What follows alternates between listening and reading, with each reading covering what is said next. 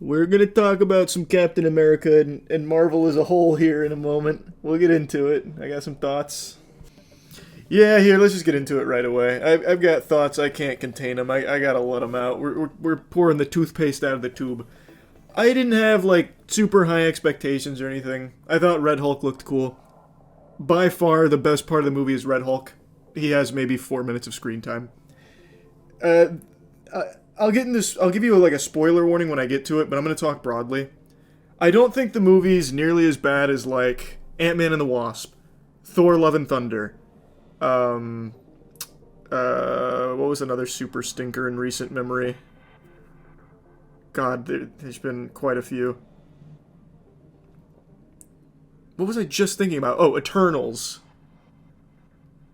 Fuck, what were some of the other like really stinkers for the MCU? The Marvels. Yeah, those are like the main ones. Thor 2, yeah. You guys are listing things that are not in the MCU. I'm talking about MCU movies.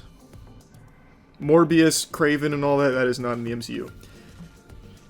I do not think Captain America Brave New World is as bad as, like, the bottom of the barrel, super slop, revolting, putrid trash like Ant-Man and the Wasp, Eternals, Thor Love and Thunder, Thor 2, Black Widow. I don't think it's down to that level.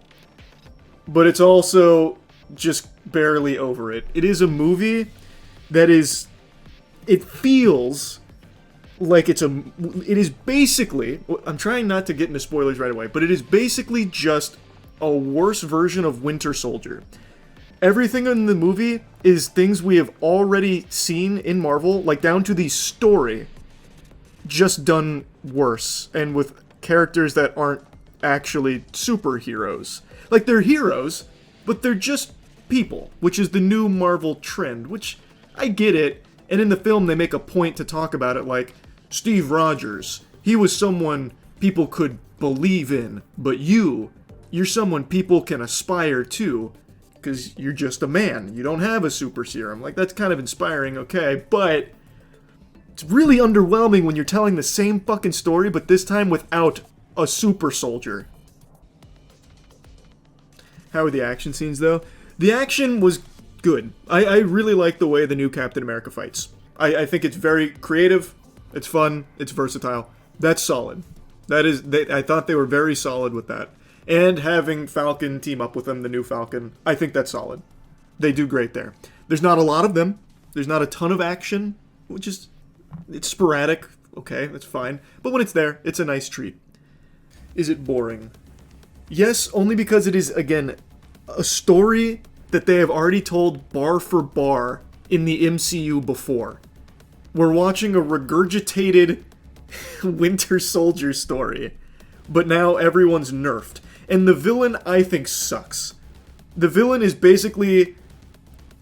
Oh man, I don't want to get into spoilers. Villain's basically like, I got smart serum, so now I can calculate probability. Except, all of his probability calculations are wrong. And his probability calculations are so trash that he makes... This is kind of a minor spoiler, so... Spoiler warning. One of his calculations was he hurt one of Captain America's friends. He framed him. And he thought by doing so, there was an 89% chance that the new Captain America would give up. And it's like, brother, what the fuck are you talking about? You're poking the bear. Why would he give up when you just framed his friend? What probability calculations are you running? Like, this whole time, they hype him up as, like, the super smart guy. But he even says, not a single one of his plans really come to fruition, except in, like, loose pieces. But, like, he even says multiple times, like, you have surprised me. And it's like, no, why did he surprise you? He tracked your phone because you phone called the bad guy, and then you talked to Captain America on that phone. Obviously, he's going to track it. Why is he surprising you?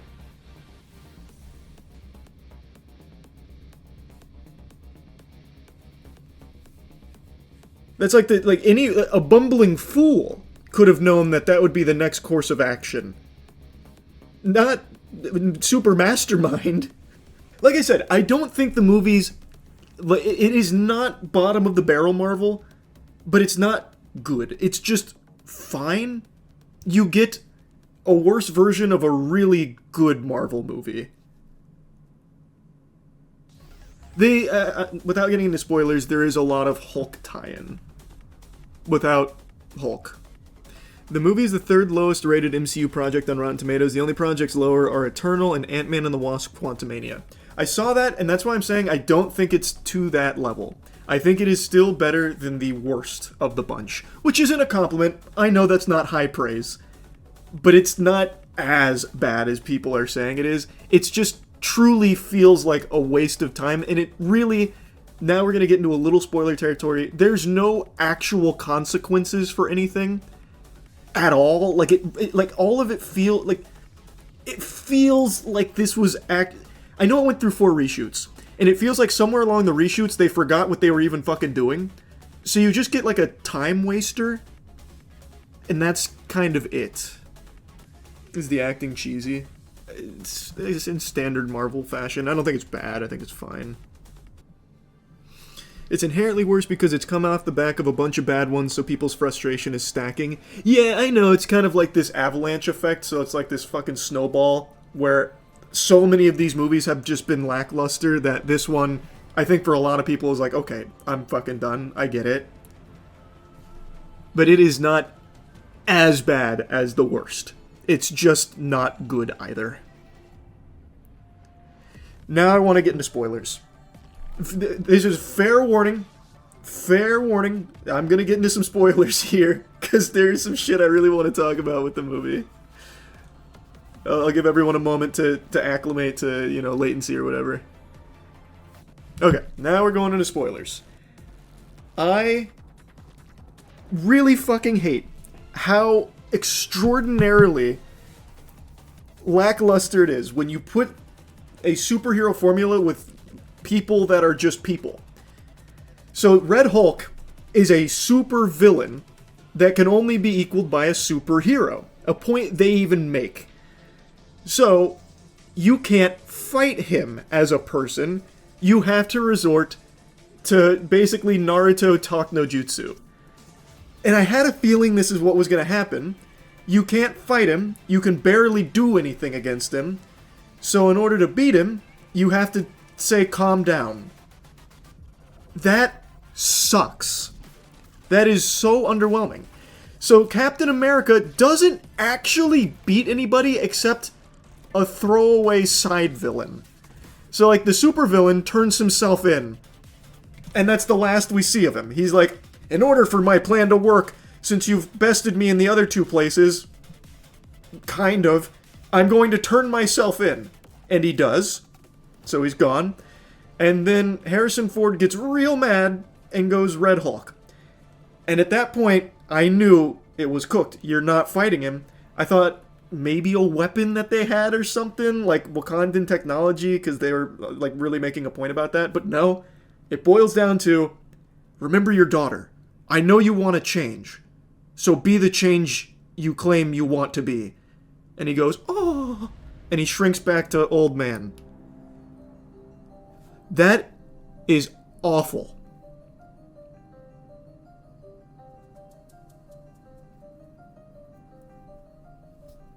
It's just so underwhelming. Because it's a superhero movie. So you want, like, superhero shit to happen when you have this climactic fight, and you don't get it because it's people. So it just makes it so the only thing you can do is that.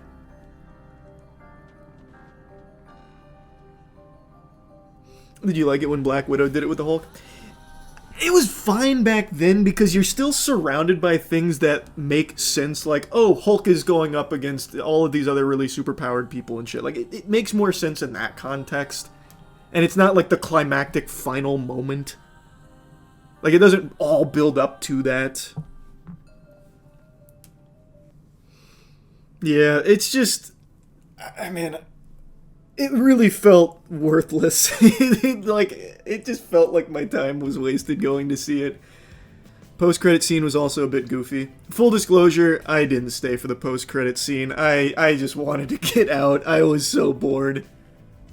And that was such a lackluster ending. I was just ready to go. I didn't see the post-credit scene. I don't know.